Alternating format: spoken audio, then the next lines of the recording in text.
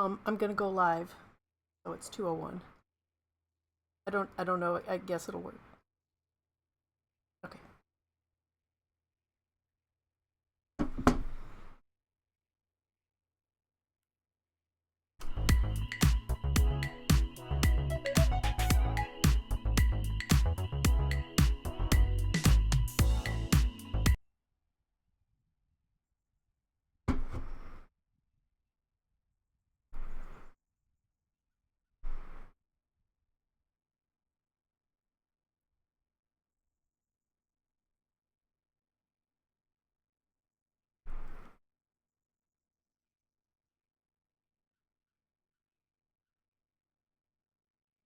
There we go.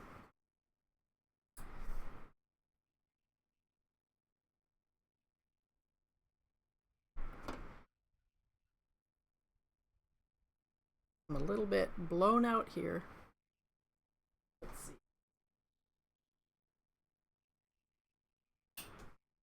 If that helps. Nope.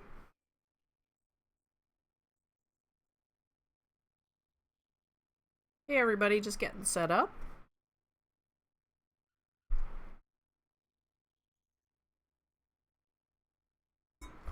Got really strong lights on today. Gonna wait for a couple of other people to show up, and I'm going to sip my tea because it's been a rainy, chilly day. I don't know about where you are. Got really strong lights on today.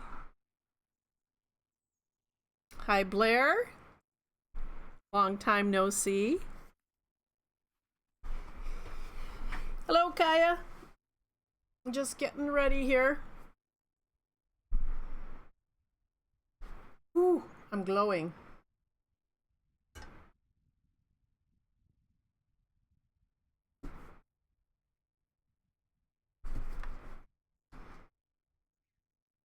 Okay, how's everybody doing?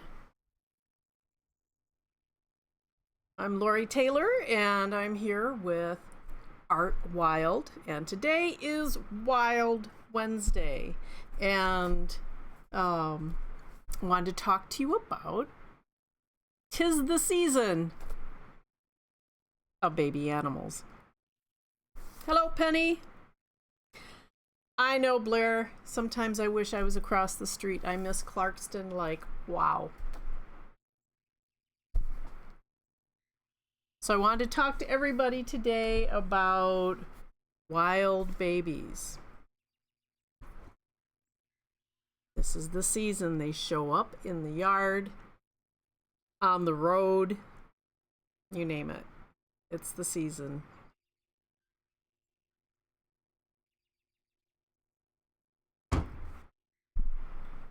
Is it raining where you are? I think we've gotten, I believe Marie said 3 inches of rain so far. So I'll be able to launch my kayak out the front door and into the bog, where there's going to be even more baby animals. So, hi Jen, if that's Jen or May, either one. Hi kids, everybody. And it's a nice rainy day to talk about baby animals. Let me move this down. Baby animals and first aid. And so I think the first thing that I am just going to mention is I am not a rehabber or expert. We're just going to be talking today and telling you about my experience and what I've done in the past and recently and what to watch for. Oh, it's pouring there too.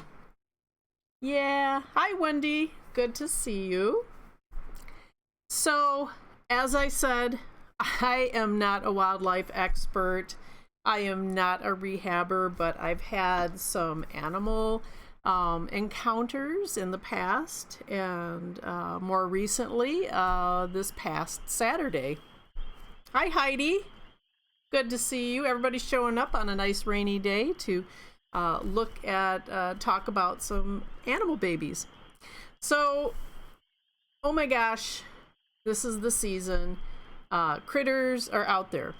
Animals are getting food for their young, and so they're out hunting, and so there's going to be a lot more interaction. And I'd be curious to find out that with the whole COVID-19 quarantine, if animal roadkill and animal interaction with car has gone down.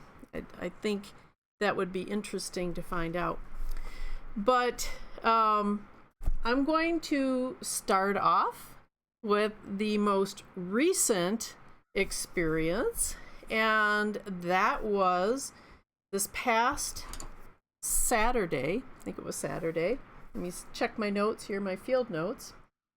And it was 9:30 in the morning. So Marie and I were driving to Big Rapids, and we were going down 19 Mile Road, and we both yelled at the same time, oh my gosh, there's a dead possum in the road. And so Marie saw that. I saw 3 babies in the road, and I'm like, oh man, she's got babies. And so Marie turned around and real quickly, and Marie has worked for the Michigan Humane Society, if you don't know that. And so she's done animal rescues before in the past. Well, on a busy road, which you'd think with the quarantine it wouldn't be so busy, but people were coming up north. So that's another thing. People driving up. And so we turned around, put the flashers on, and the poor mother had been hit. 3 of the babies were on the road, and there were a couple next to her, one next to her. Well, Marie reached into the mother's pouch and grabbed out 2 babies. And so we're thinking, let's try and see if we can get these possum babies to kind of come back. Now, the temperature, goodness sakes, I don't know, but hold on a second. I've got things going on here, things happening. Here's a possum skull, and one that I've had taken into schools for years until a little boy dropped it and kind of had to glue it back together. But you can see how the brain case is tiny. It takes a lot to kill a possum, and so this hit on the road seemed to do the trick. Now, the babies were ice cold. It was about 35 degrees, I think it was that morning. I know it had been pretty dang chilly, and that I had a cup of hot coffee with me, and that's why I told Marie, it's like, we're gonna have to get back home. We were delivering her artwork, meeting a client in Big Rapids to deliver her prints to him. And so we had to be in Big Rapids, and now we're on the side of the road with a scarf full of baby possums. There were 6 babies in all, and she had a wool scarf. And so I held them up next to the heater vent. Right away we called Lisa, and well, it might have been 10 minutes after that, but to find out what we needed to do with them. But at this point, we're just working on the baby possums. And I would have to say this is a little manatee toy, but this is about the size of the baby possum. And so at this point, we're trying to get them warmed up and see if we could get any movement. Now, I had the one baby possum, and it was a little male, and I had him in my hand, and I cannot tell you the thrill it was when his little belly started rising and falling. And I think Marie had handed it to me and said, this one's alive. And so I warmed the little guy up and had gloves on. This is about the actual size of the possum baby. And so I had a rubber glove on and tried to warm the baby and held the baby in my hand and was blowing warm air on him. Now Marie had to drive to Big Rapids, and so she couldn't really do too much to work on the babies, and so she handed me the second one. So here I am with both little possums. I don't know if you can see this. It's kind of bright here. Let's see if we can get the light that you can see. But they were tiny. So this is where I've got the rubber glove on, and the two of them were just adorable. They did have fur, they had whiskers, and they were so cold. And here's the babies. You can see the ears, big ears, just adorable. And I was speechless. I'd never handled or seen a baby possum, especially this size. I think I'd seen some roadkill that were a lot smaller. But after a while, I thought they need skin-to-skin contact. They need to get warm fast. So I had the babies. We got to Big Rapids and we talked to Lisa. And so Lisa said that she said that they needed electrolytes, that she found a thing online. And at this point, I just wanted to keep the little babies. Like, oh my gosh, they were so adorable. Not the thing to do. I had so many people later that said, why didn't you keep them? Well, as much as I wanted to, we couldn't, and it's not the right thing to do. There's rehabbers that take care of these little possum babies. So I wanted so badly to keep the baby, but we knew we had to do the right thing, and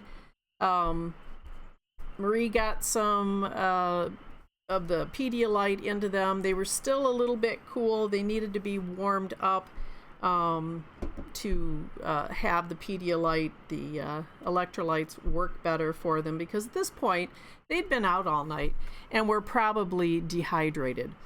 So more than likely dehydrated. And we tried so hard. A third baby possum didn't quite make it, and we tried and tried, and I think the two of us lost a bit of our soul that day trying to get these babies to come back and join us in the land of the living. So I wanted to do a couple of sketches. When we went to meet the rehab lady, Wildlife Rehabilitation Center in Grand Rapids, this right here is what just stole my heart. At this point, the babies, we had brought them home, put them in fleece, and had them on a low heating pad, and that is first aid for possum babies if you find them. A low heating pad in a container that is lined with fleece or some other material, not terry cloth, because it gets caught on their little tiny nails, because they do have these little tiny toenails and they grip with those little toes. And so you want to make sure, fleece seemed to be a nice warm thing, and you want to make sure they don't get their toes caught. So low heating pad, and giving them some electrolytes, just a little tiny bit after they're warm, after they've warmed up. So, and we used a syringe, and gave some to the babies and put them in the container. And I'd used the container on the previous week's Wild Wednesday. And so they had the little